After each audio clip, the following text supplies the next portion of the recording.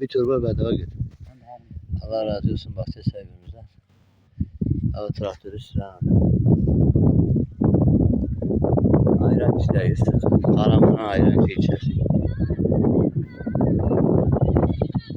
Karamanlılar iyidir. Ayrancılar Karamanlılar merkezlilerden daha iyidir. Akçaşehirliler de ayrancılardan daha iyidir. Valla bizim memleketimizdeki insanlardan daha iyidir bunlar. İyi olursa millet de iyi olur.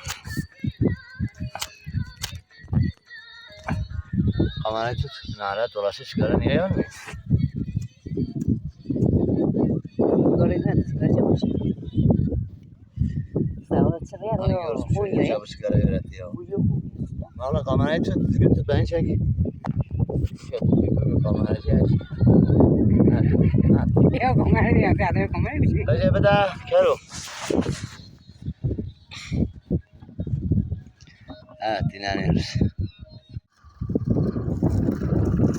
Evet bayağı topladık. İsa abi de burada.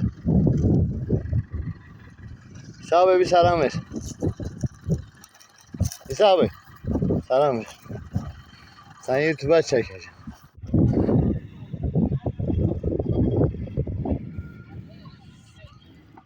Evet yine patates. Yine üzerindeyiz.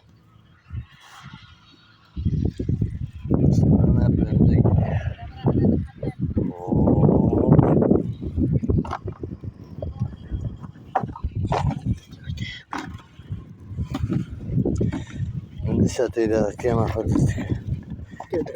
Az بگم که کرو هوا چیه؟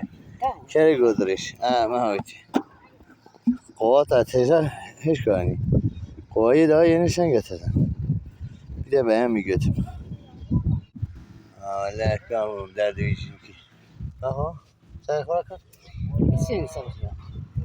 Gerçekten ben yoruldum ya. Mahla gerçekten yorulmuş evet çalışmaya devam gelen ket yapıyor